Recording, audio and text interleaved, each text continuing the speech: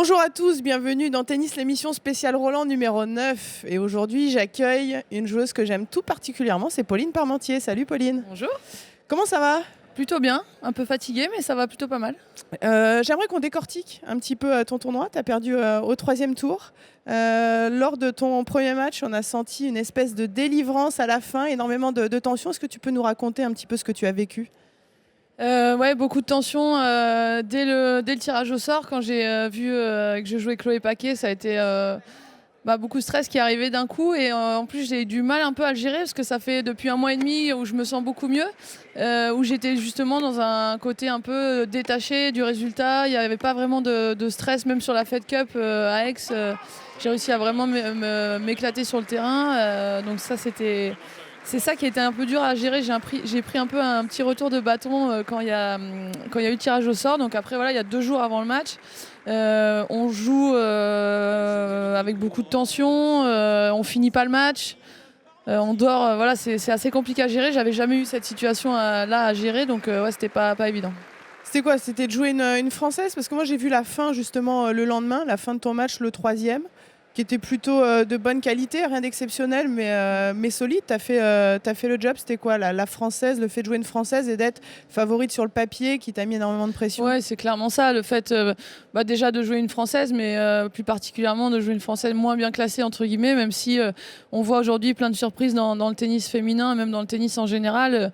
Le classement ne veut plus dire grand-chose, mais voilà, il y avait un côté où je ne dois pas perdre qui m'a un petit peu bloqué et qui m'a empêché en tout cas de vraiment bien m'exprimer sur mon jeu pendant le match. Est-ce que ce match justement t'a servi, puisque au tour d'après tu as battu Alizé Cornet sur un match franchement de très très grande qualité, exceptionnel. Est-ce que justement l'expérience du premier tour t'a servi ? Ouais, ça avait rien à voir, le fait de jouer à Alizé. J'avais plus du tout de stress, aucune tension sur ce match. Je crois que j'avais épuisé mon quota de stress avec les 4 jours qui avaient précédé. Donc non, je savais que ça allait être un gros combat, j'étais vraiment prête à ça. Et il y avait pas vraiment d'attente et du coup pas vraiment de stress, mais vraiment un super match. On a produit une belle bagarre. Je pense que c'était aussi une belle image pour le tennis féminin, quoi. Ouais, une très très belle image, et j'ai l'impression aussi que vos 2 jeux, vos 2 façons de jouer en fait se marient bien, ouais. Et ce qui fait que ça donne aussi des points exceptionnels. J'ai l'impression que ce profil de joueuse, d'adversaire te plaît. Oui, parce que j'ai le temps de mettre mon jeu en place, j'ai le temps de rentrer dans le combat physique, ce que j'aime faire sur les matchs, donc ça c'est parfait. Après on s'entraîne très souvent ensemble, donc je savais à chaque fois c'est des matchs, enfin des sets ou des matchs assez accrochés, et dès les premiers points je me suis dit on est parti pour 3 heures. Là, on vous voit. Qu'est-ce qu'elle te dit justement ? Qu'est-ce qu'elle te chuchote ? C'est une belle image. Elle est en pleurs. Forcément, beaucoup de déception. Elle a été super. On a beaucoup de respect l'une envers l'autre. Et à la fin, c'est juste que c'était dur. Et puis, quelle belle bagarre, quoi. Et puis, elle me souhaite bonne chance. Y a pas vraiment... Je me rappelle plus exactement des mots qu'elle me dit, parce que moi, j'étais un petit peu touchée aussi. Donc, je me rappelle pas exactement ce qu'elle m'a dit. Mais c'était, voilà, bonne chance. Et il y avait beaucoup de respect sur cette fin de match.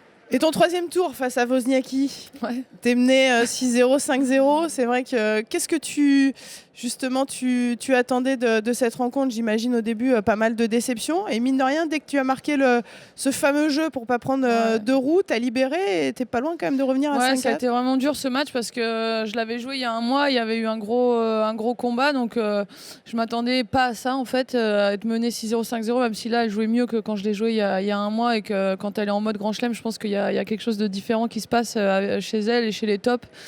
Mais c'était très dur parce que je me suis dit si je prends 2 roues là aujourd'hui, ça va tout gâcher, ça va être une image terrible qui va ressortir de ce Roland Garros, alors que depuis 2 mois, je suis dans une bonne dynamique et ce qui se passe, c'est beau, et j'avais peur de gâcher un peu ça.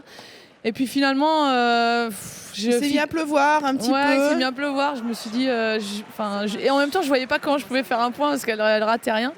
Mais une fois que j'ai débloqué le compteur, après c'est vrai qu'il y a eu 2-3 jeux assez sympas. J'étais à deux doigts de inverser peut-être la tendance du 2e set, mais voilà, elle a été très solide et on a frôlé la correctionnelle quand même.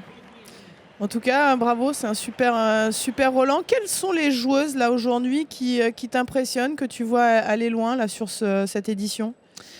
Sur cette édition, moi je pensais que Svitolina allait aller loin, donc déjà je me suis plantée.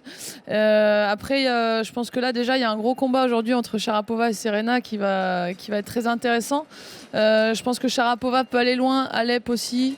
Wozniacki, je sais pas parce que là elle a un peu en difficulté avec 7-6-3-3. Donc après, on a aussi Caro Garcia qui est quand même qui a une belle carte à jouer sur ce Roland Garros, qui a un bon test aujourd'hui contre Kerber.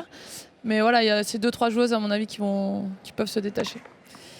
Quel est ton avenir là? Qu'est-ce que tu vas faire là, ces prochaines semaines? Ça te fait rire? Tu dois en avoir marre parce que c'est vrai que tu arrives en fin de carrière.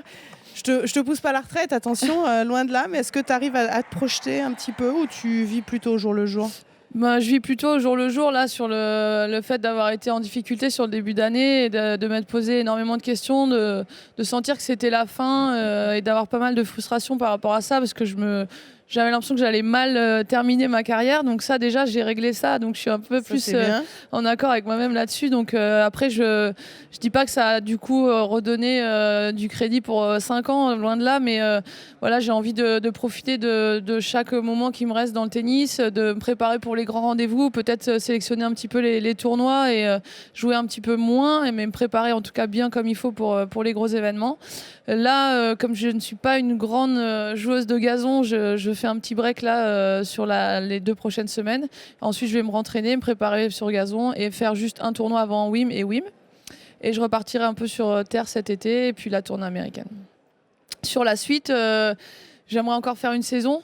J'aimerais encore jouer l'année prochaine. Après, si ça se passe vraiment très bien, voilà, j'ai pas de date, j'ai pas prévu. Pas de date en tête. J'ai pas de date en tête. Je commence à avoir envie d'autre chose aussi dans la vie, donc. Mais en tout cas, j'ai vraiment envie de terminer avec de belles choses dans le tennis. On fait ça depuis qu'on est toute petite et ça nous a énormément apporté ce tennis, donc on a envie de terminer sur une bonne relation. T'as envie d'autre chose peut-être après? Peut-être que tu auras envie de jouer au paddle, au beach tennis, mini-tennis. Pourquoi je te dis ça? Parce qu'il y a le Roland Garros Tennis Club où les spectateurs ont la possibilité tout simplement dans le stade de venir tester ces nouvelles pratiques qu'on voit là, à l'antenne. L'entrée, voilà, il y a du Galaxy, du beach, du mini-tennis. Est-ce que tu pratiques le beach, le paddle? J'ai joué un petit peu au beach tennis. Après, le paddle, je vois que tout le monde s'y met. Donc, c'est quelque chose qui me branche vraiment. Mais avec mes petits soucis d'épaule, j'ai pas mis l'accent dessus pour l'instant. Mais je pense qu'une fois que je vais arrêter et que j'aurai un peu de temps, on va se faire des bons petits matchs de paddle. Ouais. Donc n'hésitez pas, si vous venez à Roland Garros, d'aller tester justement ces nouvelles pratiques. Voilà, merci Pauline. Avec plaisir. Écoutez, je vous remercie de nous avoir suivis. Je vous donne rendez-vous à demain pour la numéro 10. À demain, bye bye.